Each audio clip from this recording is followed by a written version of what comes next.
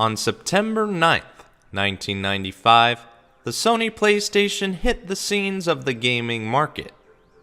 They would give the fifth generation of gamers a third choice and became the ultimate competition for the two already established companies, Nintendo and Sega.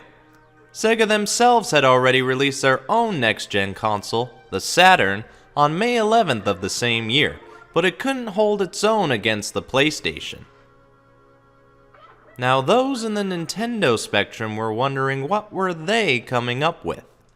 And as they waited patiently, they got their answer, and were faced with a choice. Get in or get out. It's the Nintendo 64. Originally dubbed the Ultra 64, it would take another year of delays for the project to become reality and to be branded under its own maker's namesake.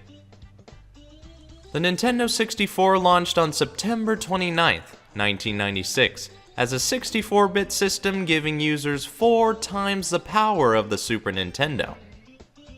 The box shows that off with the 4 features of the Fun Machine on the front. Starting with one, it highlights its 64-bit processor running at 94 MHz. It's impressive for the time, especially the CD quality sound you'll be getting with it. If you wanted to pull CD console players away to the N64, remember to mention that. It drives them away every time. With number 2, it speaks of the controller, which we'll get into in a moment, but it has its own flap dedicated on the side here. Number 3 highlights the most significant feature, the games, which you can catch a glimpse of some on the back of the box and look at some characters on other flaps. Number 4 talks about hooking up the system, but we don't need to know that now, as I'll explain it when I get the Fun Machine out. So with that in mind, it's time to say bye to the box and take a closer look at the console itself. The console itself is, and this is fair to say, oddly shaped with its mostly square body with a hump on the front, but there is a reason to this hump being present. Because in between the on and off switch and the reset button is the memory expansion slot, which is used to of course expand the memory of the N64, with the likes of these small memory packs and most notably the expansion pack which is in there now. This particular memory pack was marketed like crazy, and for good reason. This is needed to play the games with big memory like Donkey Kong 64, Majora's Mask, and Perfect Dark, to name a few. I wonder if anybody has tried playing those games without the packs to see them crash. Which is a dumb idea, so don't try that at all. Underneath and in between the N64 logo is the controller ports for the controller itself, which is this freakazoid right here. Probably one of the weirder designs for a controller in history. But I explain more in a future AC review of that, since the main focus is the system. It's called Console Reviews for a reason. On the bottom of the system are some labels, some foot pads for leverage, and a vent to keep the system cool. We also have a useless extended expansion port which would have been used for the ill-fated N64 disk drive, but that never came to be in the US because of the poor sales in Japan. And so it's now a collector's piece today. If I ever find a 64DD for a reasonable price, that'll be a future AC review as well. I want to be as lucky as Metal Jesus and be able to find an American prototype of the DD. Probably have to wait for the hobby to crash down in order to get the DD for cheap.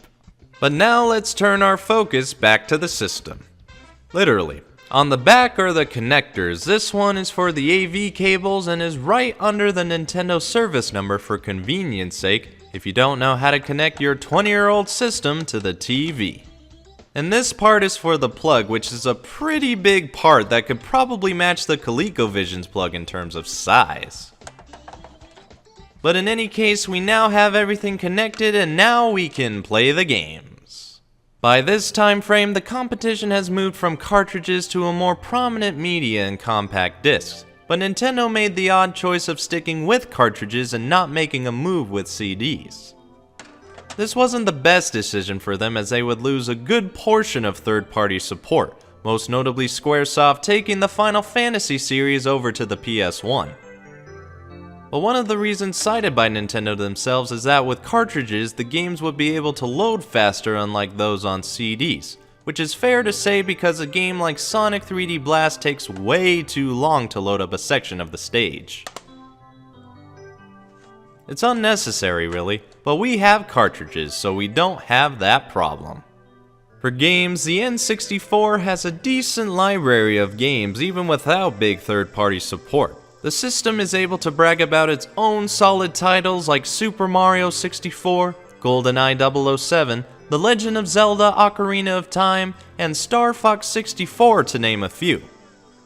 The system boasts a classic library, but names on the other hand they could have worked on instead of putting 64 at the end of them. That would definitely make a problem when you reach a 64th entry into a series. Just think of when Mario Kart reaches that number, what is Nintendo gonna call it then? Regardless of that era, the Nintendo 64 is still appealing today as it was back then. With its classic titles and strong nostalgia factor, it's definitely one console you'll have to pick up, so you can experience this fun machine for yourself, 64 bits and all. It's the Nintendo 64. The Nintendo 64 was indeed a great console in its own right, but yet it faced some stiff competition, which is why on the next episode we're going to have a look at the competition, first with the console from the sixth planet from the sun.